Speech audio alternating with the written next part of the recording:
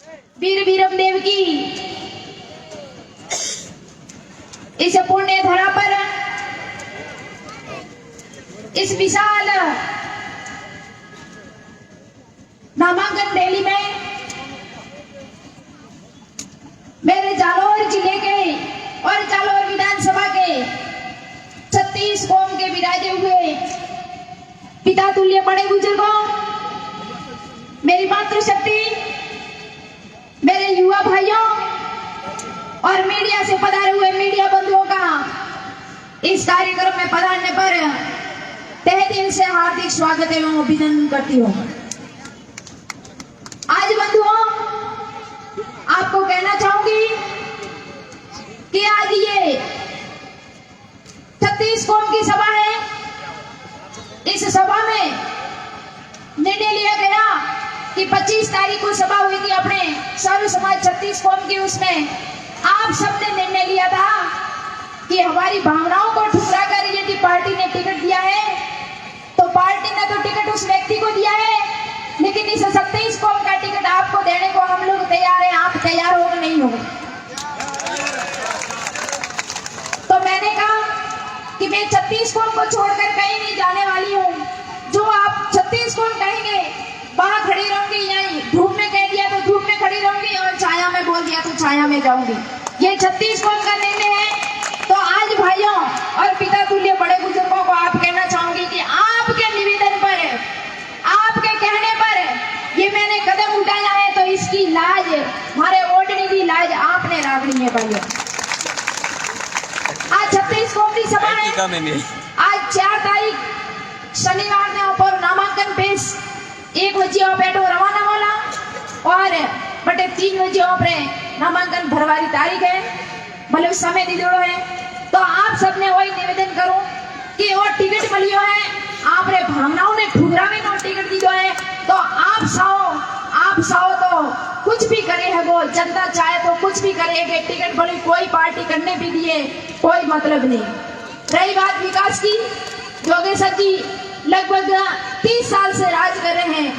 मैं उनको कहना चाहूंगी कि आप टिकट तो जनताओं की भावनाओं के खिलाफ लेके आ रहे हो, लेकिन ये बेचारी मेरी जालौर विधानसभा की जनता तरस रही है, इनके आंसू निकल रहे हैं, उनका तो आप ही सुन लो।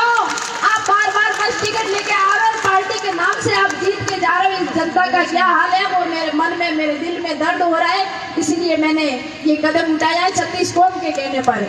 विकास तो क्या, उनका कल परसों सभा हुई, वो कह रहे हैं कि मैं हवाई पट्टी पे हवाई जहाज उतारूंगा। अरे 30 साल में आप जवाई का पानी तो नहीं दे सके, तो हवाई पट्टी और हवाई जहाज की तो बात ही छोड़ दो। आप कुछ नहीं कर सकते, ये जनता बेचारी तड़प रही है।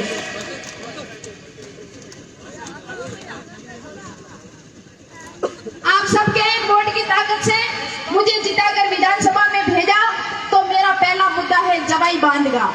यदि जवाई नदी की प्राकृतिक हक जो अपने 36 कौम और जालौर जिले का है, वो मैं पूरी कार्यवाही सर्वोत्तम प्राथमिकता के तहत मैं विधानसभा में आपकी एक वोट के ताकत से, यदि आपने मेरे को विधानसभा में भेज दिया, तो मैं उसके लिए लड़ जाऊंगी, मर मिट जाऊंगी, आपके साथ धरने में बैठ जाऊंगी, भूख हड़ताल पे बैठ जाऊंगी, लेकिन वो काम करवा दिखा दूंगी। लेकिन उन्होंने 30 साल में काम नहीं कराया, वो मैं एक बार, आप 5 साल मेरे को मौका दे देंगे तो मैं वो काम करके दिखा दूंगी। दूसरा काम है माननीय हाईकोर्ट जोधपुर के निर्देशानुसार 18/11/2022 के तहत माही नदी से जालौर क्षेत्र में पेयजल एवं सिंचाई हेतु नहरें लाने की लगातार कार्यवाही कर किसानों के लिए ऐतिहासिक ये कार्य करूंगी। जो माही के पानी के लिए लगभग 2 महीने से ये लोग अपने किसान संघर्ष समिति ये कार्य कर रही है, लेकिन कोई नेता इनकी सुनवाई नहीं कर रहे हैं, न कोई नेता इनकी मतलब सपोर्ट नहीं कर रहे हैं। वो मैं काम करूंगी आपकी सब 36 कौम की ताकत के अनुसार। यदि मेरे को वोट मिल गया और मैं जीत गई और विधानसभा में गई, तो ये काम करवा के बताऊंगी। तीसरा है राज्य जल नीति 2010 की पालना में प्रत्येक गांव में शुद्ध पेयजल की व्यवस्था कर घर घर नल कनेक्शन की कार्रवाई हेतु विधानसभा में आवाज उठाऊंगी। पानी की बहुत समस्या है मेरे बंधुओं, इस जालौर विधानसभा में पानी की इतनी दिक्कत है कि आप जालौर जिले में आउर क्षेत्र तो पूरा सूखा पड़ा है। थोड़ा बहुत पानी है तो जालौर विधानसभा में है और सायला क्षेत्र में, और इतनी भयंकर समस्या है ये जवाई बांध का पानी और ये राज्य जल नीति के तहत अपन को पानी नहीं मिला तो अपनी भी हालत जैसे कि बाड़मेर जैसलमेर में कैसी हुई है वो भी अपने कोई दिन दूर नहीं है, वो हालत अपन को देखनी पड़ती है।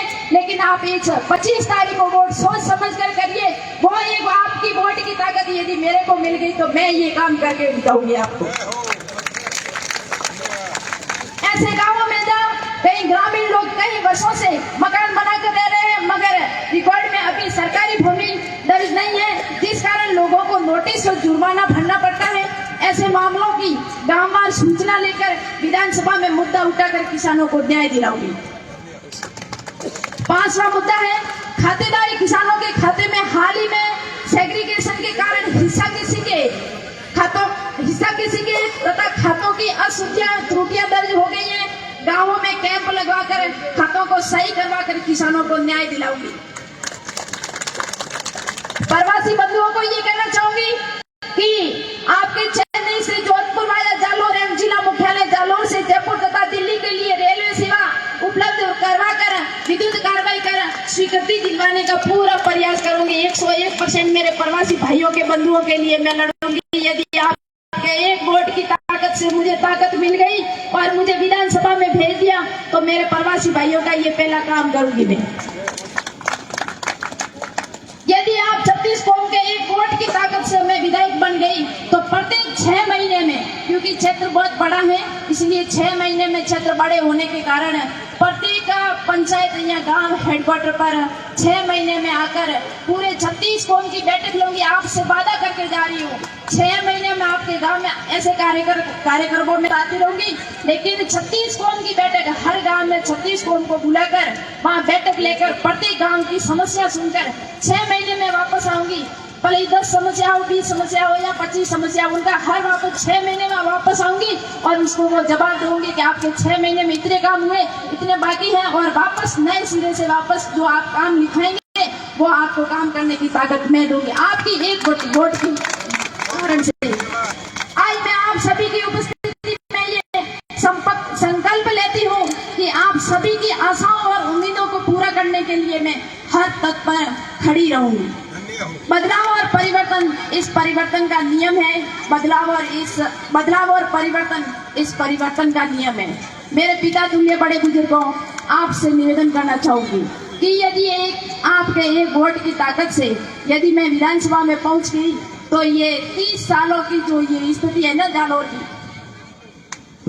30 सालों में ये जालोर की स्थिति है। आप एक बार सोच समझ के वोट कर देना कि यदि आपने 30 साल में यदि एक साइड में वोट करके आप देख लेना और 5 साल की आप स्थिति देख लेना कि यदि आप आपके मन में होगा कि यदि 30 साल में काम हुआ है और इधर 5 साल में काम हुआ, आप तुलना करके देख लेना और उसके बाद वापस 5 साल तो जाते रहेंगे, पता ही नहीं चलेगा 5 साल जाएंगे तब। पद में होते हैं ना, मैं जिला परिषद थी, 5 साल में सीखने में चले गए, फिर बाद में पता चलता है कि अब की बार और 5 साल मिलते ना तो और अच्छा काम करते। तो ये नेता ऐसे ये 3 साल चले गए, इसकी नींद नहीं उड़ी, बैठकों में जाते हैं बस मस्ती में नींद में सोते हैं। किसान और मेरे इस जालोर विधानसभा की ये जनता मतलब काम के लिए तरस रही है, इस विकास के लिए तरस रही है। लेकिन आपको 25 तारीख को जो वोट है ना वो बिल्कुल आपको सोच समझ के करना है। और मारवाड़ी में कहने का मारे वोट नहीं दी और मारे नागरी लाज रागड़ी है तो आपने 36 कौम में रागड़ी है और आज ही भारी नहीं वेला आपने 36 कौम री जीत वेला आणि शब्द राहते हूँ मारी वाणी ने विराम दऊ। जय हिंद, जय भारत, जय जय श्री राम। एक बार पवनी देवी के लिए जोरदार तालियां बजाकर आशीर्वाद दे दीजिए आप सभी लोग। ये आपके क्षेत्र का उगता हुआ सूरज है और जालोर परिवर्तन चाहता है, इससे बड़ा कोई परिवर्तन हो नहीं सकता। अब ये पवनी देवी आपकी हो चुकी है, अब किसी और की हो नहीं सकती। जो क्षेत्रवासी कहेंगे वही पवनी देवी करेगी और जो पवनी देवी कहेगी वही क्षेत्रवासियों की संपूर्ण जिम्मेदारियों के साथ में विकास का संकल्प लेती है, आप सभी का आशीर्वाद लेती है। अब मैं गुजारिश करता हूं कि अब यहाँ से जो एक प्रोटोकॉल, एक शेड्यूल बनाया गया है, हम यहाँ से एक रैली के माध्यम से कलेक्टेड ऑफिस में जाएंगे। वहाँ जो नामांकन फॉर्म है हम पवनी देवी का वहाँ फॉर्म भरेंगे। फॉर्म भरने के बाद में जैसा हमारे आयोजनकर्ता जैसा आदेश कहेंगे हम आदेशों अनुसार अपनी वापस अपने स्थान पर जाएंगे। तो तभी जो ये जो प्रोटोकॉल है, देखिए हरदेव जोशी सर्कल से तिलक द्वार से होते हुए ये संपूर्ण जो जिम्मेदारी है ये अब हमारी है। हम अपने रैली में फॉर्म भरने के लिए जा रहे हैं। आप सभी कोई अपने घर नहीं जाएंगे जब तक पवनी देवी का नामांकन नहीं हो सकता, तब तक हम बाहर नहीं जाएंगे। रूट ठीक है, आप सभी साथ में चलिए। सर्व समाज का एक बार सभी आशीर्वाद दीजिए पवनी देवी को जोरदार। पवनी देवी तुम आगे बढ़ो, पवनी देवी तुम आगे बढ़ो। और पवनी देवी हमारी विधानसभा में आवाज उठाएगी और मैं निश्चित रूप से कहता हूं कि पवनी देवी एक बार विधायक बनकर जालोर का नाम रोशन करेगी और जालोर की विधानसभा का नाम पूरे हिंदुस्तान में रोशन करेगी। इस मीडिया को आशीर्वाद दीजिए।